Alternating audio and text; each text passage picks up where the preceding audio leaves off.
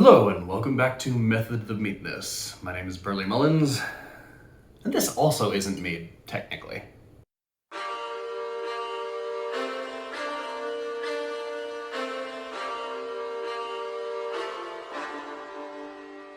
Sorry for the delay in this one coming out. As I explained in what should be a couple videos ago now, I just had to take a hiatus for myself, and I took the hiatus from all of my hobbies. Anyways, mental health is important, kids. See a therapist. I might cut some of this. It might end up as bloopers in the end. Okay. We'll find out. Anyways, this has been a long requested video, but this is going to be a bit of a short one. Temper your expectations a little bit. This is the vinegar that I made from the, I believe it was the Dragon's Breath mead that had oxidized, and I didn't really know what to do with it. I apologize that I didn't get much video of the actual process. When it first went into the mason jar with cheesecloth covering, it was actually a little too potent to allow the vinegar mother to turn it into vinegar. So I had to water it down with distilled water. Safety first, you want it to be as clean as possible. You want the acetobacter to be the only thing working on this. At least nothing that you're introducing from the water source or anything else, because the cheesecloth does allow other beneficial microbes to do their work.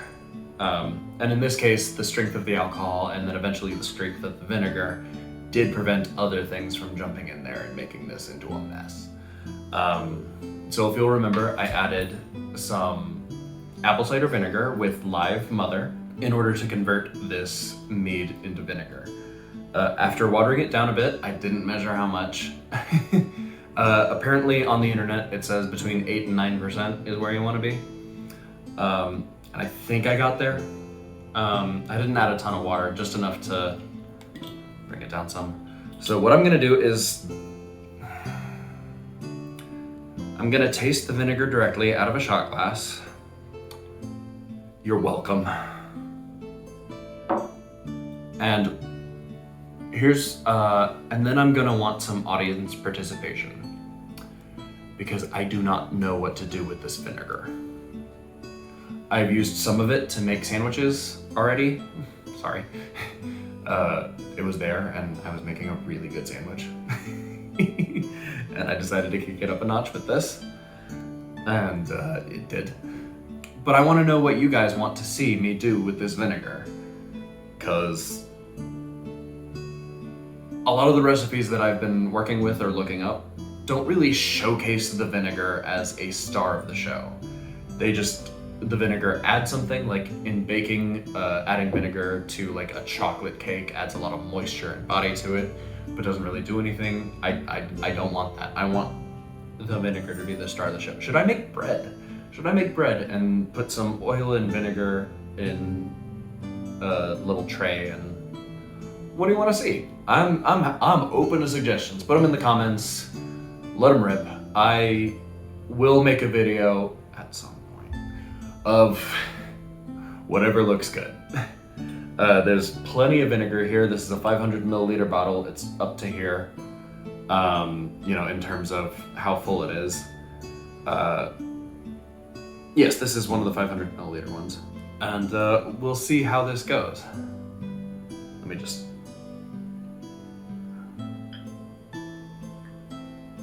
try not to pour too much, because this is a shot glass. I'm going to be drinking this from a shot glass. The things I do for views. Now, this isn't a nosing glass, mostly because I don't want the vinegar smell all up in my nose the way a nosing glass puts it there. I like vinegar, I do. I like it in things, I like it on things.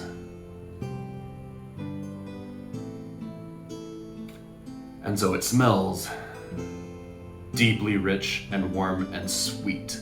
This, if memory serves, this wasn't a very sweet mead when it was actually done. So I think maybe the alcohol was covering up a lot of the residual sugars.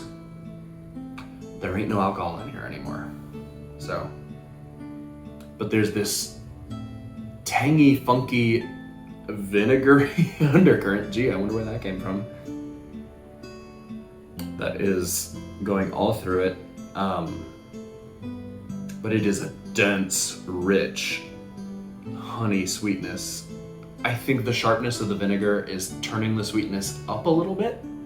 You know, the way that like adding salt to a dessert really pumps up the dessert without it being cloyingly sweet. I think that's sort of what's going on here. It's really interesting, actually. It smells a little of balsamic, but not quite as astringent as some balsamics are. But it has that same dense, rich sweetness of an aged balsamic. It's actually kind of exciting.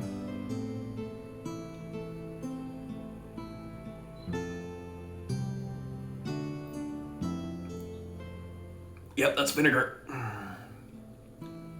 The sweetness is really present on the nose. Not so much on the palate. It is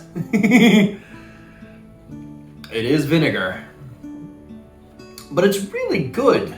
Like, don't let my face fool you. It's just acetic acid just does that. But this has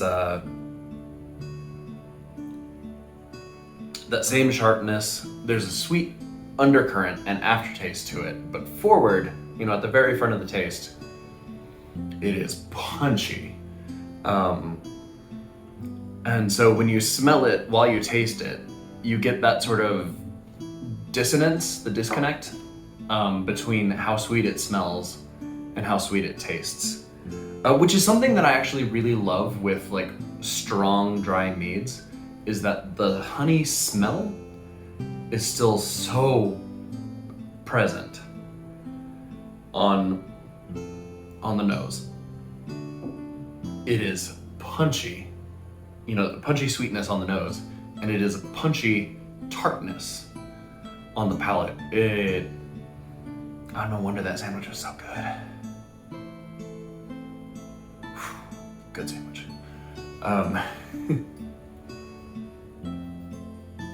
Should I make pickles with this? What? No. I mean, not to influence the comments, but like, what should I do? It smells sweet. It tastes sharp. I love it, actually. I love that disconnect. So tell me in the comments, guys. What do you think? What should I do with this? And what do you want to see a video of me doing with this?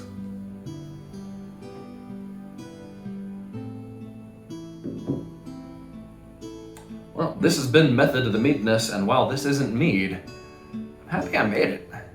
Cheers.